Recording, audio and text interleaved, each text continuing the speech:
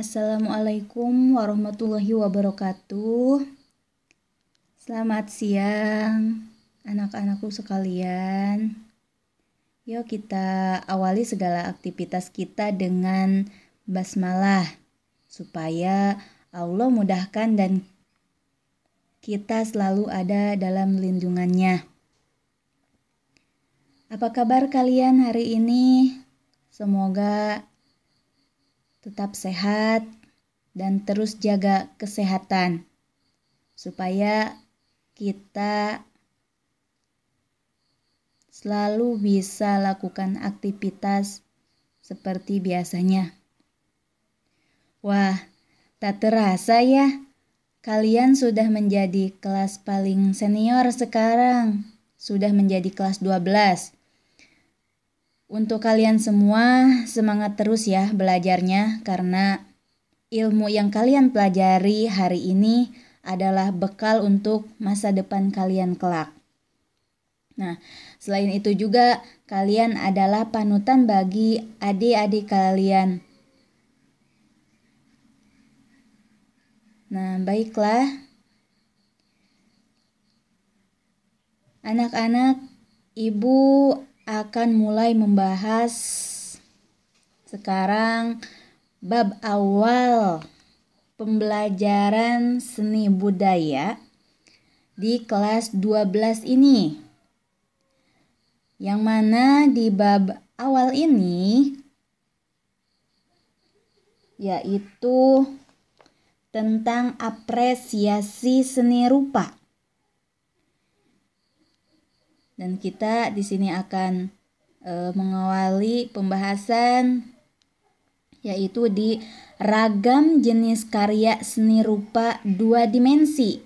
Nah, tentunya nanti kita akan review kembali pembelajaran-pembelajaran di tahun-tahun sebelumnya. Semoga kalian masih ingat ya.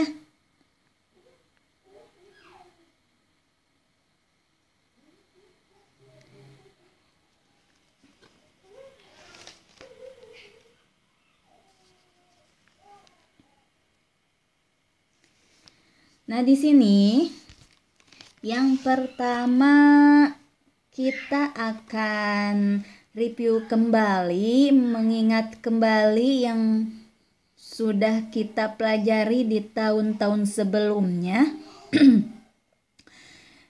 Yaitu yang pertama, pengertian karya seni rupa 2 dimensi. Jadi apa itu yang dikatakan seni rupa 2 dimensi itu? Yang mana yang dikatakan seni rupa 2 dimensi itu adalah sebuah karya seni rupa yang hanya memiliki 2 sisi saja, yaitu lebar dan panjang. Nah, itu di layar kalian bisa lihat sendiri, ada contohnya yaitu sebuah lukisan. Nah, bentuk yang ada di layar itu adalah salah satu contoh dari karya seni rupa 2 dimensi. Nah, perlu kalian ketahui kembali bahwa jenisnya itu banyak sekali. Ini hanya sebatas contoh saja. Nah, bahwa sebuah lukisan itu hanya memiliki lebar dan panjang.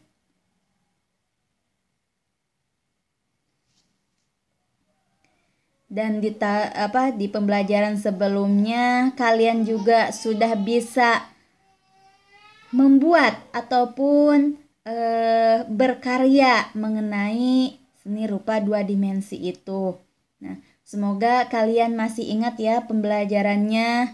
Terus lagi kan di dalam seni rupa itu memiliki unsur-unsur dasar yang mana dari unsur dasar itu sehingga dapat terbentuklah sebuah karya.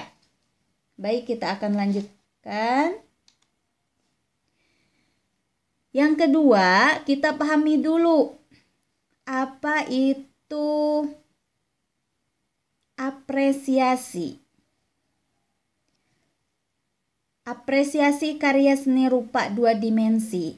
Nah, Di sini yang dikatakan apresiasi ataupun mengapresiasi itu adalah menilai atau memberi penghargaan terhadap karya seni karena di dalamnya terkandung unsur karya seni yang dapat dinikmati oleh panca indera. Baik itu panca indera penglihatan ataupun yang lainnya. Jadi ketika kita misalnya melihat suatu karya, wah kita senang sekali. Itu kita sudah melakukan apresiasi terhadap suatu karya. Kita melakukan penghayatan, itu adalah yang dikatakan apresiasi. Atau juga kita menilai, misalnya ketika kita melihat suatu karya, kita memberikan kritik. Wah, misalnya karya tersebut sangat bagus sekali ya. Nah, itu juga hal kecil yang merupakan aplikasi dari suatu apresiasi. Termasuk juga ketika kita melakukan karya kembali setelah kita melihat suatu karya tersebut. Itu juga apresiasi. Nah, semoga kalian memahaminya. Jadi, Ibu ulangi lagi. Yang dikatakan apresiasi karya itu adalah menilai atau memberikan penghargaan terhadap karya seni karena di dalamnya terkandung unsur karya seni yang dapat dinikmati oleh panca indera. Semoga kalian paham ya sampai di situ. Baik, kita akan lanjutkan lagi. Nah, ini kita sudah masuk ke yang tadi Ibu katakan. Kita akan membahas yaitu ragam jenis karya seni rupa 2 dimensi. Jadi di pembelajaran ini kita akan mengetahui jenis karya, berbagai macam karya dari seni 2 dimensi. Tadi kita ingat kembali bahwa yang 2 dimensi itu suatu karya yang memiliki panjang dan lebar. Namun jenisnya banyak sekali. Nah, di sini kita akan lebih perdalam lagi pengetahuan kita dan semoga kalian juga dapat memahaminya dan selalu ingat. Baik, yang pertama, berdasarkan bahannya. Ini jadi dikelompokkan ya. Atau mengenai pengkategoriannya ini sangat banyak sekali. Yang pertama itu berdasarkan bahannya.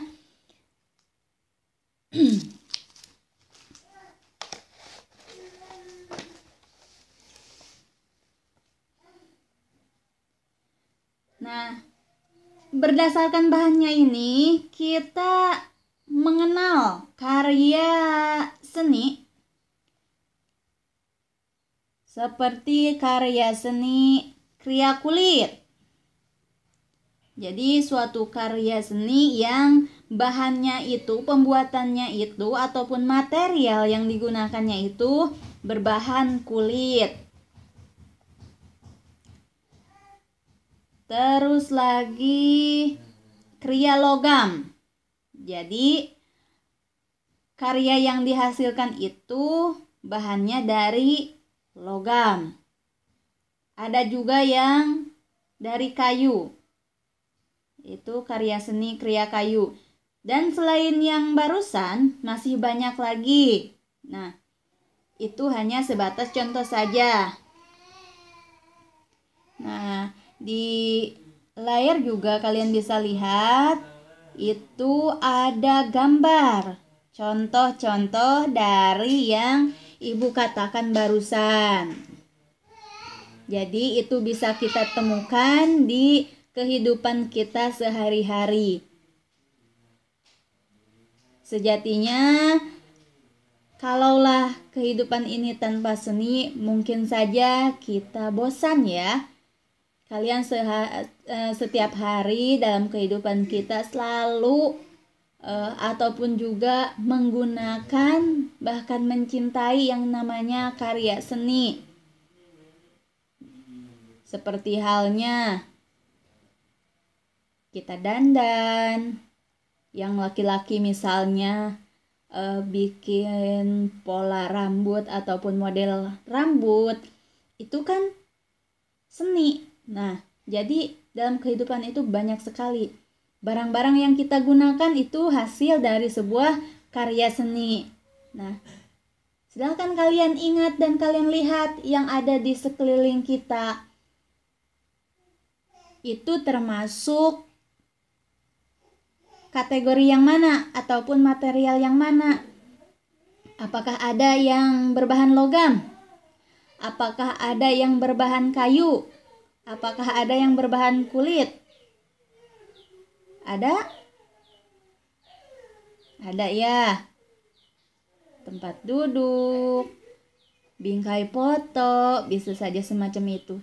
Dan bahkan Ibu minta kalian mencoba untuk membuat suatu karya seni 2 dimensi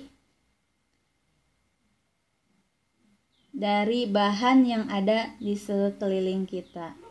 Baik, Ibu lanjut lagi. Yang kedua, di sini pengkategoriannya berdasarkan waktu.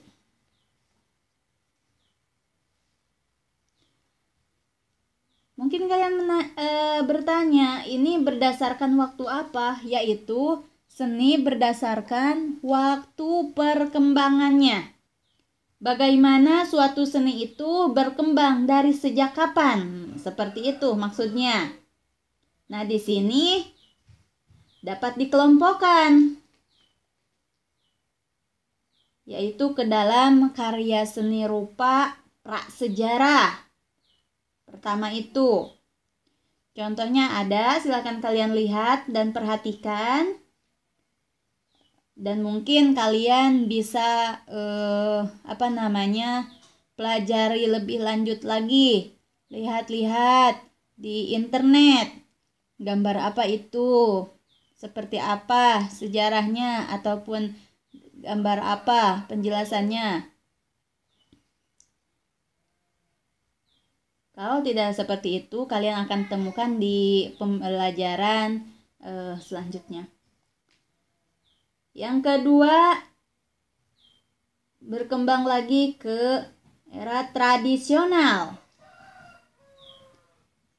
Berlanjut lagi klasik. Lalu modern. Setelah modern ke postmodern dan kontemporer. Nah, seperti itu. Dan mungkin yang paling sekarang dominan yaitu kontemporer dan juga modern, seperti itu.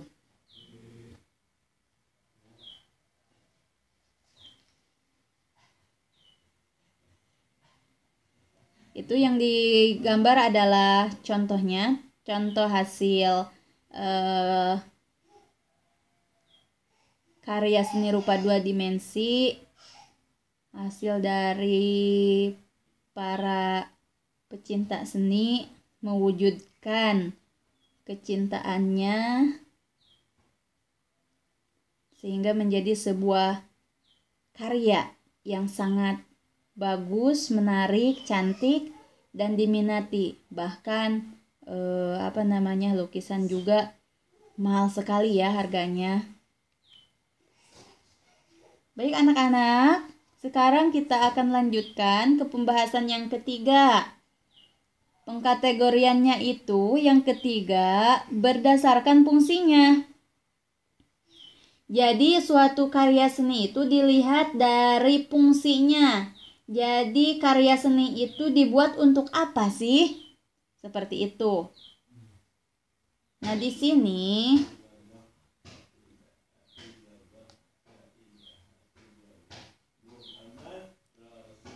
kita tentu saja mengenai fungsinya kita mengenal karya seni rupa terapan dan juga karya seni rupa murni. Untuk membedakan kegunaan praktis dari karya seni rupa tersebut, jadi terapan ada murni seperti itu.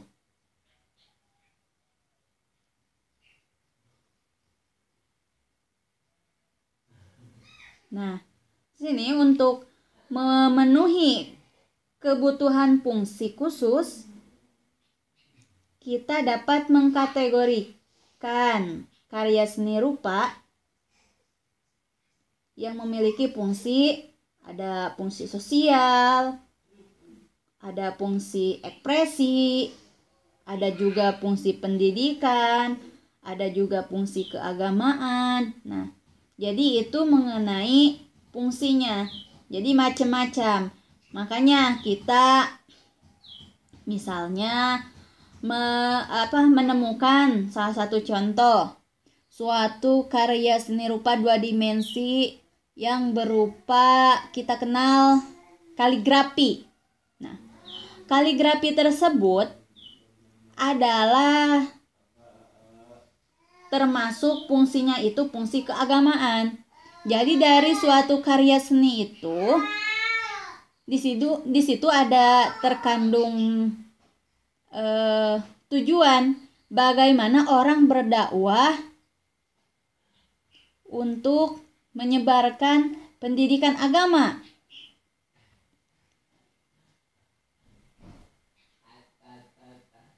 Atau yang digambar misalnya itu ada fungsi terapan dan murni. Nah, jadi kalau yang terapan itu bukan hanya sekedar keindahannya saja yang terkandung di dalam seni tersebut, akan tetapi yang dikatakan karya seni terapan itu bisa digunakan, ada fungsi lain, ada fungsi pakai. Nah, begitu. Beda lagi dengan murni, hanya dinikmati sebuah keindahan dari pecintanya saja, yang mana di situ ada di dalam yang contoh itu ada pot bunga dengan bunganya, itu adalah karya seni rupa murni, yang mana itu adalah desain ataupun juga lukisan. Nah, itu merupakan suatu karya yang dinikmatinya itu karena terbentuk dari unsur-unsur seni, dari mulai titik, garis, tekstur, dan sebagainya. Nah, sehingga berwujud sebuah bentuk yang indah, namun hanya bisa dinikmati oleh penglihatan saja. Beda lagi dengan seni rupa terapan. Desainnya bagus, warna bajunya bagus, tetapi bisa digunakan juga sebagai penutup tubuh manusia. Baik, kita lanjut ke pengkategorian yang keempat nih, yaitu berdasarkan tekniknya, cara membuatnya.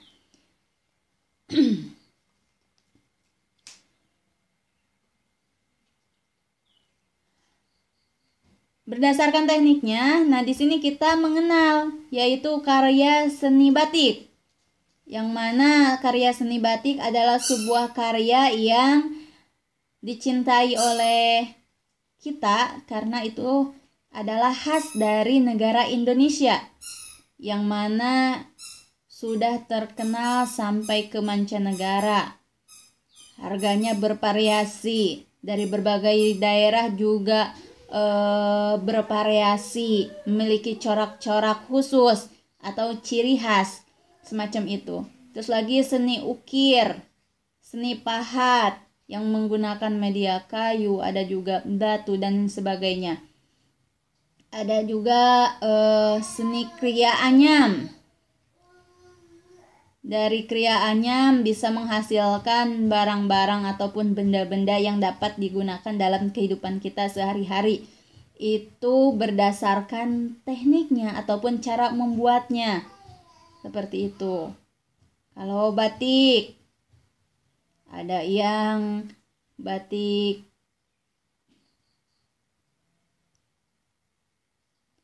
kita buat dengan tangan sendiri dengan menggunakan canting.